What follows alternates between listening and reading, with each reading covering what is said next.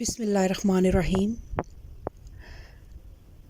سورۃ المائدہ آیت نمبر 17 سے آج ہم اپنے لیکچر کا آغاز کریں گے،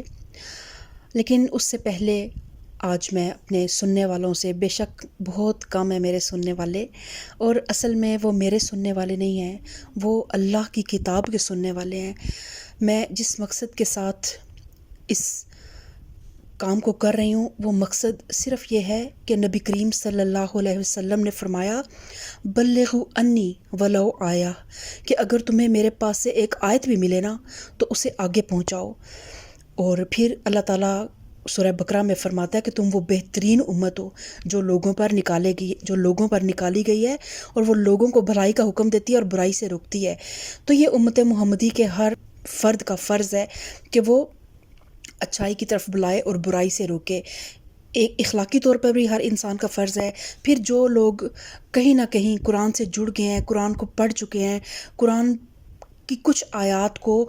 ان کے دل پہ اثر ہوا اور وہ تبدیل ہوئے، تو ان کو پھر یہ چاہیے، جس انسان تک یہ بات پہنچ گئی نا کہ یہ چیز میرے پاس امانت ہے، سمجھے کہ یہ خزانہ ہے، اس خزانے پہ سانپ بن کے نہیں بیٹھنا، بنی اسرائیل کے علماء والا کام نہیں کرنا کہ علم کو اپنے تک محدود رکھیں۔ اور میں صرف اسی نیت، اسی ارادے کے ساتھ اپنے رب کے پیغام کو، اس قرآن کے پیغام کو اپنی بچیوں تک، اپنی بہنوں تک، اپنی ماؤں تک پہنچانا چاہتی ہوں، تاکہ وہ امت محمدی کی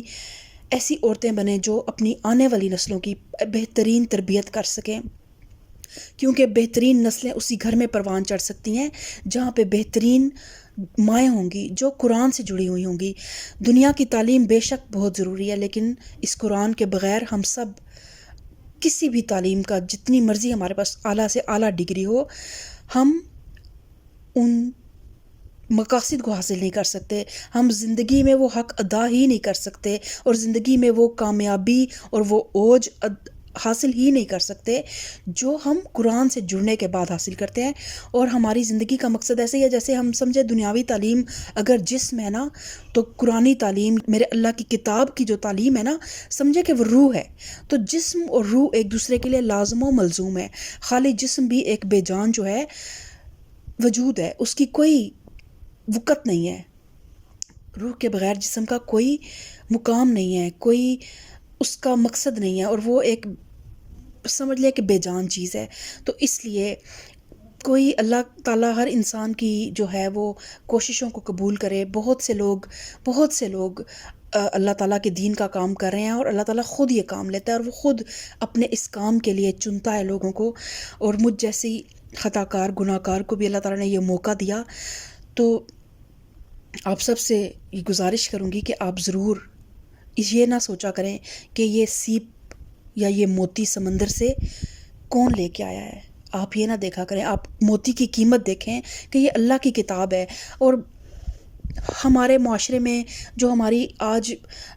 سوسائٹی میں معاشرتی پابندیوں کے اندر جو جکڑی ہوئی عورت ہے، جس کے اوپر گھر کی ذمہ داریوں کا اتنا بوجھ ہے کہ اسے 5 نمازوں کا ٹائم نہیں ملتا، اس کے لیے اگر ہم دین کو بہت ثقیل بنا کے، بہت مشکل بنا کے پیش کریں تو وہ شاید عمل ہی نہ کر سکے۔ تو میں نے بہت سادہ ترین مفہوم جو قرآن کا ہے، جس میں سے میرا سب سے بیسک یہ ہے کہ ہم اپنے اخلاق کو سنواریں اور ہم ہدایت کی دعا کریں۔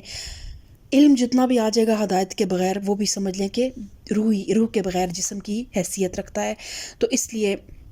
اللہ تعالیٰ میری اس کوشش میں